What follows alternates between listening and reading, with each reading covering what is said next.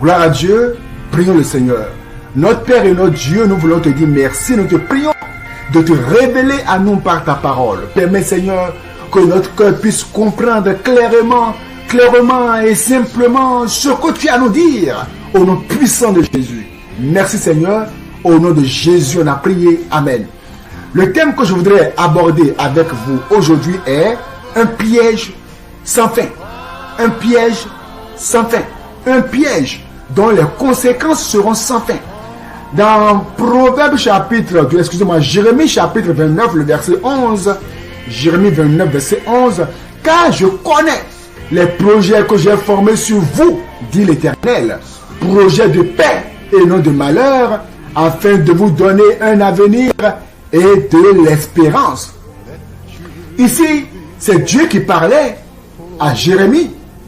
Et sache que Dieu aussi est en train de te parler, te disant que c'est lui ton créateur, c'est lui qui t'a créé et qu'il connaît les projets qu'il a formés sur toi. Le projet que Dieu a formé sur toi, individu A, est différent du projet que Dieu a formé sur l'autre individu B. C'est Dieu qui t'a créé, c'est Dieu qui a mis en toi un potentiel, c'est Dieu qui a mis en toi des capacités, des talents, des savoirs, et c'est Dieu qui connaît exactement le projet qu'il a sur toi. Alors, pendant que tu es dans ce monde, il faut comprendre que tu as une mission à accomplir. Tu as une mission à accomplir. Si Dieu, malgré les milliards de personnes qui étaient sur terre, a voulu encore te créer, c'est parce qu'il sait que tu as une mission à accomplir sur terre.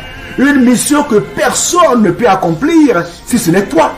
Alors il dit, je connais les projets que j'ai formés sur toi. Maintenant, dans cette course, dans cet élan, pour accomplir la mission que Dieu t'a confiée, il y a un piège auquel il faut prendre garde. Parce que, au soir de ta vie, mon ami, tu seras le seul à rendre compte à Dieu. Le seul à rendre compte à Dieu. Mais l'apôtre Paul, lui, dans le livre de 2 Timothée, chapitre 4 au verset 7, il a dit, j'ai combattu le bon combat, j'ai achevé la course, j'ai gardé la foi.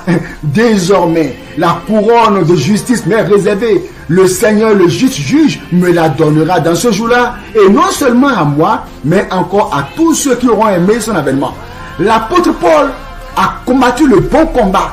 Il ne s'est pas laissé à ce piège qui ruine plusieurs, ce piège qui détruit plusieurs. Mais il s'est concentré sur l'essentiel, il s'est concentré sur la mission. Et maintenant, il peut dire, j'ai combattu le bon combat, j'ai achevé la course. Quel est ce piège donc? Le piège, c'est la crainte de l'homme. La crainte de l'homme. Je vais Proverbe chapitre 29. Proverbe chapitre 29, le verset 25. Ça nous dit ceci. La crainte des hommes tend un piège. La crainte des hommes tend un piège. Pendant que tu es sur la terre, et que tu ne vivras qu'une seule fois, comprends que si tu te mets à craindre l'homme et que tu vas en déphasage de la volonté de Dieu pour toi, eh bien, ça serait fini pour toi. Il dit, la crainte des hommes tend un piège. Tu ne dois pas tomber dans le piège de la crainte de l'homme, mais tu dois chercher à savoir clairement qu'est-ce que Dieu veut pour moi. Quelle est sa volonté pour moi? À quoi il m'a appelé? Et lorsque tu es sûr que Dieu t'appelle à une telle chose, tu dois maintenant t'accrocher à la chose de manière tenace, de manière ferme, et ne pas laisser un homme venir te distraire. Les hommes viennent te distraire pour te dire non, mais laisse ça de côté, va plutôt dans telle vision, marche dans telle vision. Mais toi, tu es censé connaître la vision que Dieu t'a donnée, la mission qu'il t'a confiée, et t'accrocher à la mission. Parce que tu seras le seul après à rendre compte à Dieu.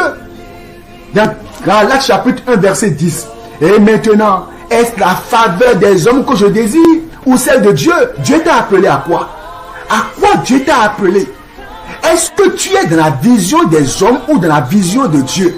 Tu es en train d'accomplir, d'aider des gens à accomplir leur mission, ou tu es en train de vivre pour la mission que Dieu t'a confiée? Et maintenant, est-ce la faveur des hommes que je désire ou celle de Dieu? Est-ce que je cherche à plaire aux hommes?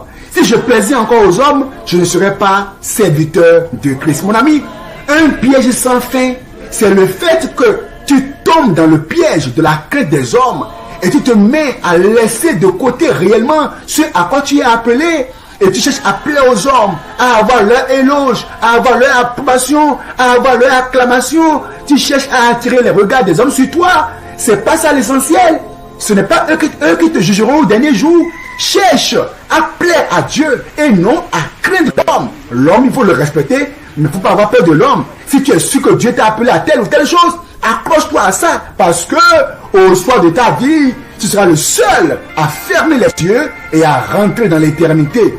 La crainte de l'homme est un piège. Un piège sans fin, c'est de chercher à vivre pour plaire aux hommes. Fais attention à toi et approche-toi à l'essentiel.